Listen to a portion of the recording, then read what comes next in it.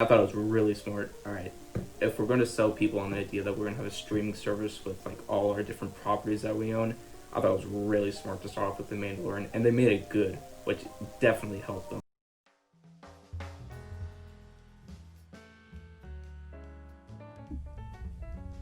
Earlier this year, I went on a podcast with my friend Reed Milliken, whose channel you can check out in the description, and we were just discussing our initial thoughts about Disney Plus, what we liked about it, what we wanted to see in the future, and some concerns as well.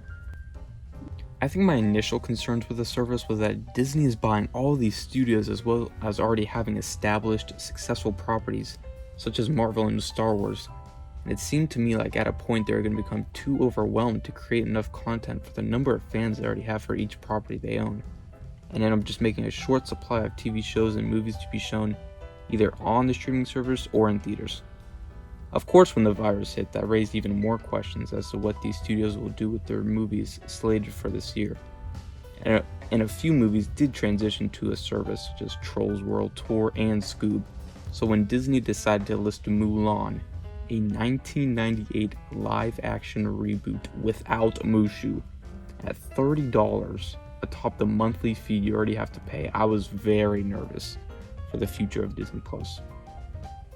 I just imagined they'd be releasing all of their movies from then on their service at an additional fee, and luckily that isn't the case with Pixar's Soul coming this Christmas, which will stream for free. But it's not outrageous to assume Disney will make a premium access pass for newly released movies in the future. I think another main concern I had with the service was the content they were planning to make and the quantity of it.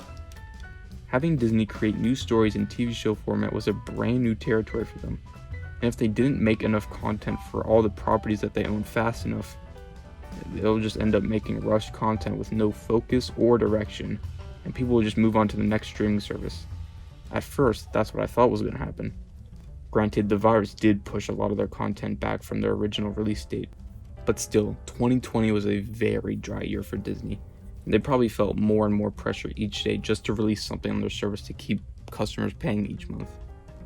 After the disaster that was the sequel trilogy, The Mandalorian had such a ginormous impact on not only the future of Star Wars content, but also the success of Disney Plus. Because if The Mandalorian was anything shy of near perfection, it's not hard to imagine that Disney would just make minimal content on their service just enough for people to keep paying and call it a day. But with everything The Mandalorian had going against it, it delivered on what it needed to do on an unprecedented level. When I watched season 1 of The Mandalorian, I was absolutely floored. I couldn't believe what I just watched was created from the same studio that made The Rise of Skywalker. The first thing that made me extremely excited yet a bit cautious was the production level / visuals. Each episode looked like it could have been cut from a movie, and I would have believed you. They used every single last penny of their budget given to them, and it did not go to waste. It was truly impressive. Now, at the time of me recording this, there are no other shows on Disney Plus to compare The Mandalorian to in terms of visuals, so I'm a bit cautious of making their first show look visually stunning and then the rest just look like a normal cable television show, but I can't see that happening, which is why I'm very excited to see the rest of their TV shows in the coming months. Of course, I did have a few issues with season 1. It felt a little too episodic for me, with an issue arising in the beginning and then getting resolved the same episode. I felt the episodes were a little short for it releasing on a weekly basis, but to me those were very minor issues in the grand scheme of things. I thought they did an excellent job in expanding the Star Wars universe while still giving nods to things fans would really appreciate, and the overall story and tone was excellent, and they set things up very well for a second season. I think the second season was where it really needed to shine though.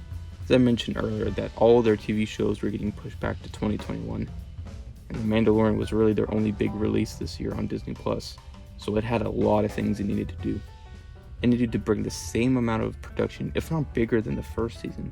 It needed to expand the universe even more to keep old fans watching, and create new Star Wars fans as well. And it needed to be successful enough to justify new TV shows coming to the service.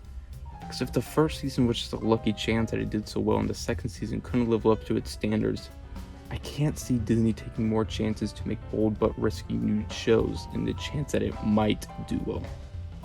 But The Mandalorian Season 2 delivered on those concerns tenfold. Its production levels were the highest I've ever seen in any TV show I've ever watched. It introduced new and returning characters from the franchise in creative and impressive ways, and proved that the first season wasn't just a lucky miracle. The future of content on Disney Plus is looking brighter than ever. On December 10th, Disney held an investors conference talking about all the new content they will be releasing over the next few years, from Disney and Pixar to Star Wars and Marvel, with multiple TV shows and movies from each of those franchises, to a grand total of 52 new announcements, with a majority of the content to be released on Disney Plus. Now, it's being reported that Disney will have a price increase of $1 in March 21 to a new price of $8 per month. 8.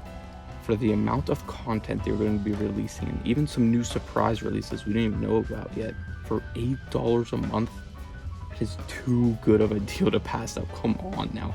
I'm not even sponsored. I can't imagine Disney would go out on all these announcements, though, if it weren't for the unexpected yet impressive success that was The Mandalorian. There's a good chance that I will make a follow-up video to this one discussing how Disney Plus is doing, if all my hype was justified or not. But until then, I can only imagine what the future holds for Disney and its streaming service.